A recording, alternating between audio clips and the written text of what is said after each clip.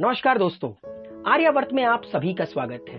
दोस्तों, आज के सफर में मैं आप लोगों को ब्रह्मा विवाह के बारे में बताऊंगा कि ब्रह्मा विवाह होता क्या है, किस प्रकार से इस विवाह को संपन्न कराया जाता है, किस तरह के नियम और शर्तों को पालन किया जाता है इस विवाह के दौरान।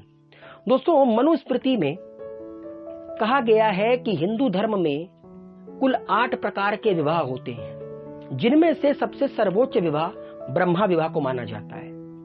ये विवाह तभी मुमकिन हो पाता है जब वर और वधू दोनों ही अपने ब्रह्मचर्य जीवन का पालन कर चुके हों और उस अवस्था पर पहुंच चुके हों कि अब वो गृहस्थ आश्रम में प्रवेश करेंगे।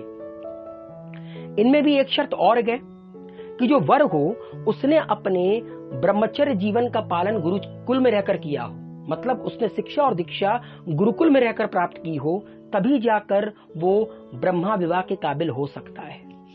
जब वर अपनी शिक्षा दीक्षा गुरुकुल में प्राप्त करता है, अपना ब्रह्मचर्य जीवन गुरुकुल में बिताता है, उसके बाद जब वो ब्रह्मचर्य आश्रम को खत्म कर गृहस्थ आश्रम में प्रवेश करता है, तो वर पक्ष के लोग वधू पक्ष के पास जाते हैं विवाह का प्रस्ताव लेकर। सब कुछ सही रहा तो विवाह सुनिश्चित किया जाता है, पंडित को बुलाया जाता है, पंडित के समक्ष विवाह किया जाता है। और इस विवाह की सबसे खूबसूरत बात होती है दोस्तों, कन्यादान। जब पिता अपनी कन्या का दान अपने दामाद को देता है, जब पिता अपना हक अपनी बेटी से अपने दामाद को देता है, और इस विवाह में किसी भी तरह का लेन देन नहीं होता है, जिसको हम लोग आज की भाषा में कहते नहीं है दहेज। किसी भी तरह का दहेज न लिया जाता है न दिया जाता है, पूरी तरह यह निषेध होता है। अग्नि के सामने 7 फेरे लिए जाते हैं और फिर यह विवाह संपन्न माना जाता है, और इसीलिए इसको सर्वोच्च विवाह कहा जाता है। इस विवाह के कुछ नियम इस प्रकार से हैं दोस्तों कि सबसे पहला नियम कि वर का विवाह तभी हो सकता है जब उसकी शिक्षा पूर्ण हो चुकी हो, वह उसने पूर्ण रूप से ब्रह्मचर्य आश्रम का पालन किया हो, मतलब उसने अपने ब्रह्मचर्य जीवन को गुरुकुल में बिताया हो, गुरुकुल में गुरु से शिक्षा दीक्षा हासिल की हो, तभी वो ब्रह्मचर्य आश्रम से निकलकर गृहस्थ आश्रम में प्रवेश करेगा और इस विवाह के काबिल बन पाएगा।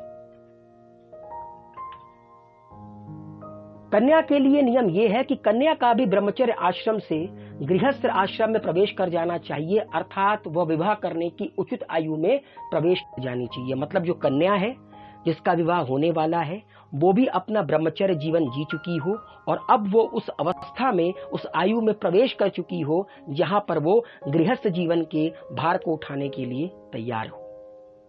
और एक आखिरी जो नियम होता है जो बहुत ही इंपॉर्टेंट है, बहुत ज्यादा जरूरी है, और हम अपने घरों में भी इस नियमों को देखते हैं, वो ये है कि अपने पिता पक्ष की ओर से 7 पीढ़ियां और माता पक्ष की ओर से 5 पीढ़ियों के बीच विवाह निषेध होता है। जब कुंडली मिलाई जाती है तो इसीलिए मिलाई जाती है ताकि देखा जा सके कि जो वर और वधू हैं वो कहीं एक ही कुल के तो नहीं है। इसीलिए पिता पक्ष के 7 पीढ़ियां और माता पक्ष की 5 पीढ़ियों के बीच विवाह निषेध होता है।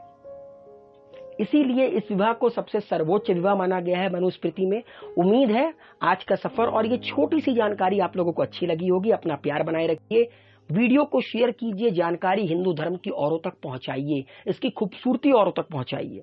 अलविदा, शुक्रिया, मुलाकात होगी अगले सफर में।